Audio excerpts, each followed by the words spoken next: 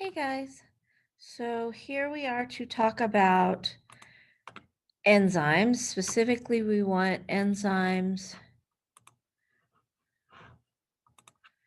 and metabolism. So if you'll give me a moment while I get that pulled up and running. Okay, here we go. Okay, so this first PowerPoint is really focused on the idea of energy. So when we're talking about metabolism, we're talking about all of the chemical reactions in an organism, every single chemical reaction that ultimately makes life possible. And typically, these reactions are in the form of what we consider metabolic pathways. So it's not going to be a single chemical reaction. It's actually a series of chemical reactions. And this series is either going to build molecules up, make them more complex, or break down really complex molecules. So you'll notice at the diagram down at the bottom, we have the substrate, and then there's an enzyme that leads to this reaction that leads to an intermediate chemical. And another enzyme is going to work with that intermediate to lead to the next intermediate in the series or in the pathway. And then a third enzyme actually takes that last intermediate and becomes the product. So it's a series of reactions utilizing enzymes to make this possible. There are two key types of metabolic pathways. We have our catabolic pathway and our anabolic pathway. I always remember catabolic. Cats tend to be one of my mnemonics that or ideas that helps me remember things. And so when I think about a catabolic pathway, I think about dissecting a cat. So you have the whole cat, and you break it into smaller pieces. So the idea with catabolic pathways or catabolic reactions is they're going to release energy by breaking down complex molecules into simpler compounds. So we're taking the big cat and we're breaking it into smaller pieces. These reactions will release energy. Energy is given off. Anabolic pathways are going to be the opposite. So they're going to consume energy and build complex molecules from simpler compounds. So it would be almost like putting the cat back together. But I've found that as long as I can remember catabolic, I know anabolic's the opposite. So catabolic releases energy as we break it down. Anabolic consumes energy as we build it up into something more complicated. So it ultimately almost becomes a cycle where we take here, if we start right here at the top, we have three separate substances and a little energy, and we join them together through anabolism. So that's it's taking in energy to join them together, make them more complex. And then we go through catabolism, where we're going to release energy, breaking them down into simpler substances. And so ultimately, if you think about this idea, it balances itself out, because when we do catabolism, eventually we will eventually do anabolism. So we're taking in energy, we're releasing energy, taking in energy, releasing energy. And it becomes ultimately a cycle. So I keep talking about energy, but we're talking about materials and building them up. So understand that the basis of everything is energy. It's even the concept behind the Big Bang, the idea that this explosive energy is what created matter, which of course everything is built out of here on Earth. So ultimately, our explanation when it comes to energy is the ability to do work. So the ability to make things, to cause things to happen, the ability to do work. Organisms must have energy to survive and function. Without energy, there is no life. So a loss of energy flow results in death. Of course, this ties into the idea, if you've ever read Frankenstein, and if you haven't, I highly suggest it. where by using an electrical charge, using lightning, um, basically the idea is they're able to reanimate life. So they're basically able to bring something back to life. If we could ever gain that knowledge of how to replace this loss of energy flow, I guess, technically we could counteract death. But once again, there's always that question of, even if we can, should we? Right? Okay. So when we're talking about energy, we have multiple types of energy. We're going to focus on a few for our purposes. So first of all, we have kinetic energy, and this is typically energy associated with motion. So think about the surfer, think about the wave. These are moving. Thermal energy is typically associated with the movement of atoms or molecules, and a lot of people tie it in with temperatures. Thermal and temperature often go together. Potential energy is stored energy. So just before the wave picked up and started to form, the water had potential energy. It had the potential to form the wave and move in that manner. And then there is chemical energy. We focus a lot in relation to chemical energy because when we talk about foods, when we talk about glucose, when we talk about the carbohydrates, the lipids, most of those macromolecules, the ones that are tied to food, the idea is that those are chemical energy. So they have potential energy available. We just have to go through chemical reactions to release that energy and ultimately make it usable for life. Also tied in with this are the laws of thermodynamics. Okay. So thermodynamics is the study of energy transformations in matter. So notice here we have a squirrel eating, here we have a squirrel scurrying. We're going to kind of work with that squirrel to understand this idea. But we talked about 4 key types of energy that we focus on with biology, and how do we convert? How do we change from chemical energy to kinetic energy to thermal energy? How does that happen? And that's where thermodynamics comes in, because we're changing, we're transforming our energies. With this, you need to understand that as far as we're concerned, these laws apply to the universe as a whole. That means based on everything that we have seen, studied, and understand, they apply to everything. Does that mean that they will never, ever, ever change? We can't make those kind of promises because there's a lot of things in terms of the entire universe we simply do not know, and we may have to change our laws of thermodynamics at some point in time. Okay. So the first law of thermodynamics states that energy cannot be created or destroyed. We can't make it, we can't break it. What we can do is we can transfer it or transform it to a different format. So we can take the food we eat, our chemical energy, squirrels eating the nut, and we can transform it into the potential energy found in ATP.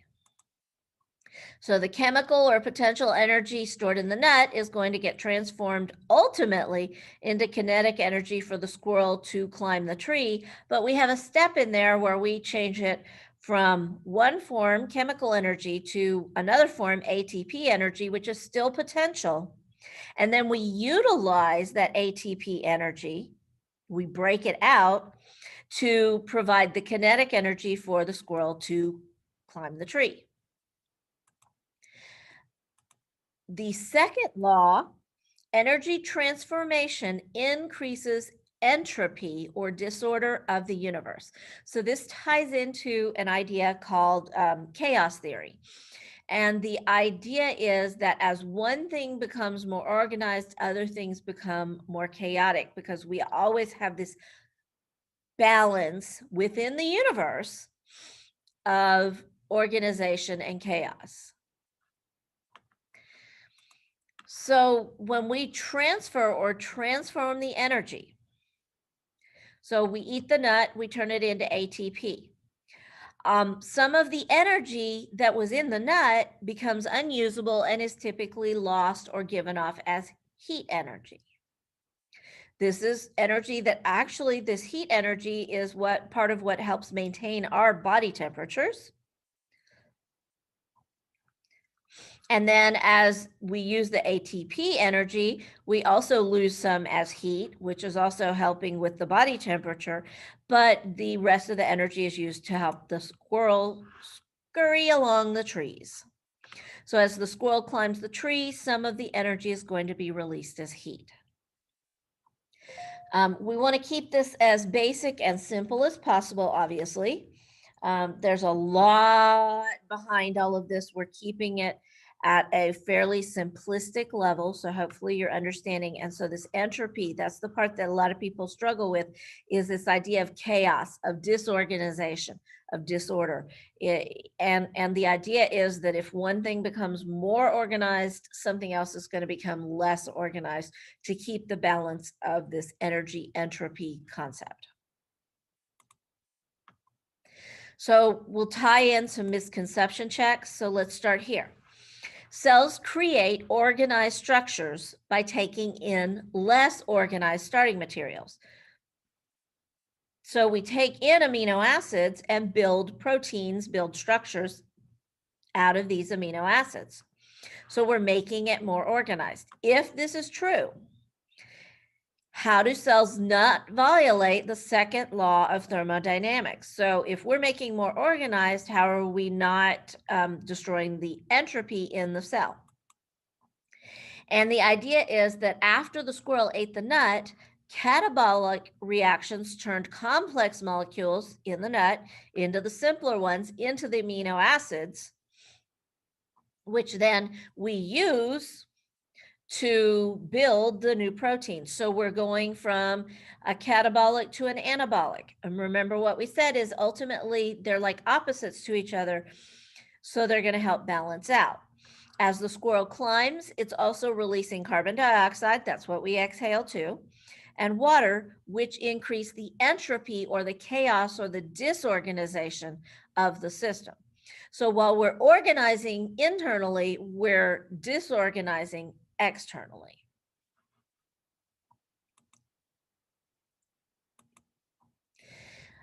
Our next misconception check. In comparison to early life on Earth, organisms today are highly organized and complex.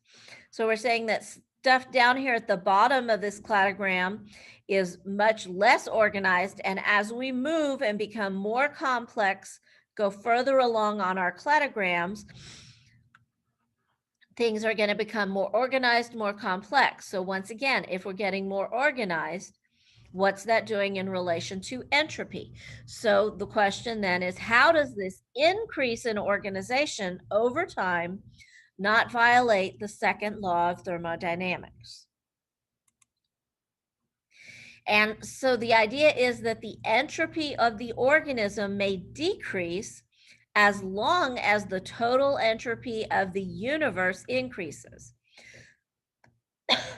So if this organism becomes more organized, thus the entropy, the chaos or randomness goes down, somewhere else in the universe, we're going to find an increase in entropy. It's going to become more chaotic somewhere else. So it's always about this trade-off between organized and disorganized. This takes us to the idea of free energy. Since the laws of thermodynamics apply to the universe as a whole, scientists use a concept called free energy to determine the likelihood of reactions in organisms, or if the reactions are energetically favorable. So ultimately, with this idea, we want to know what's the likelihood that this reaction is actually going to happen, just going to happen. How likely is it that it's going to happen?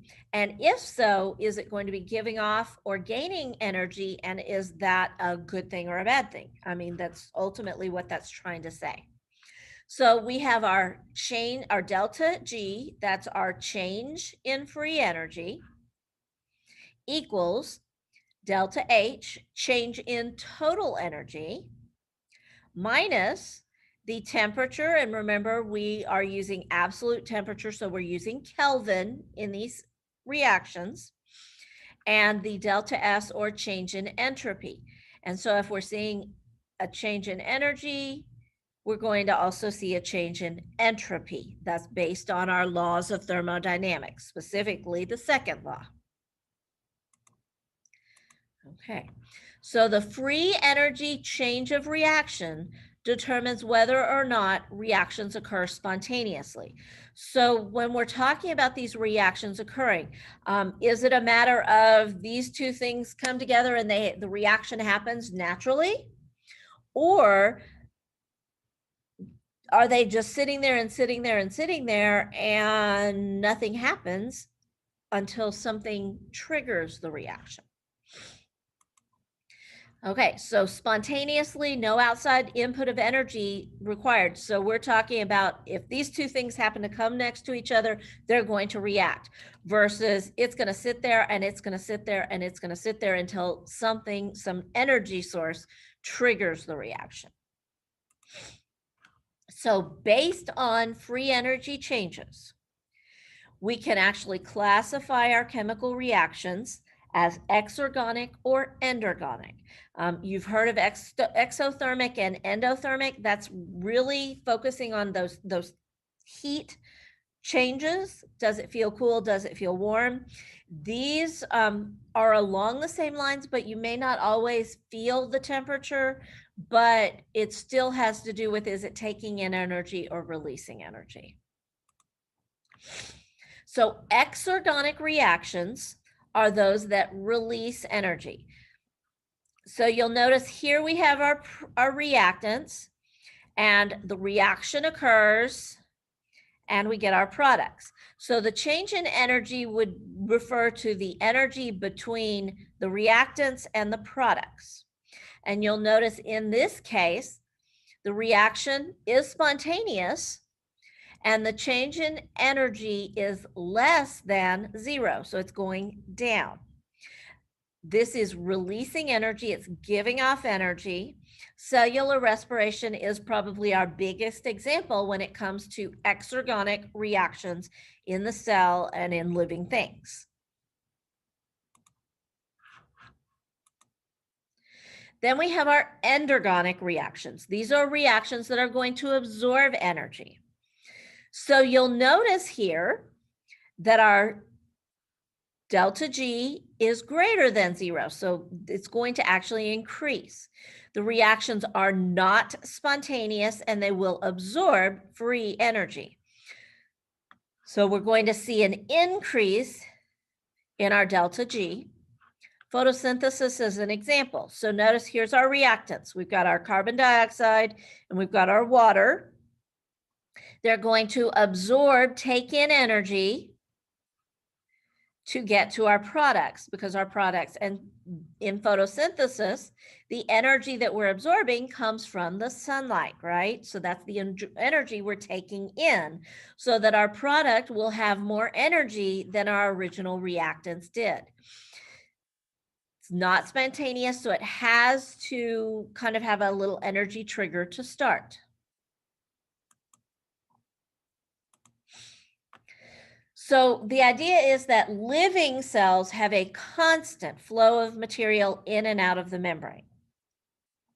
It's never stationary, it never stops. So they're never actually at equilibrium. There's always a shift occurring back and forth.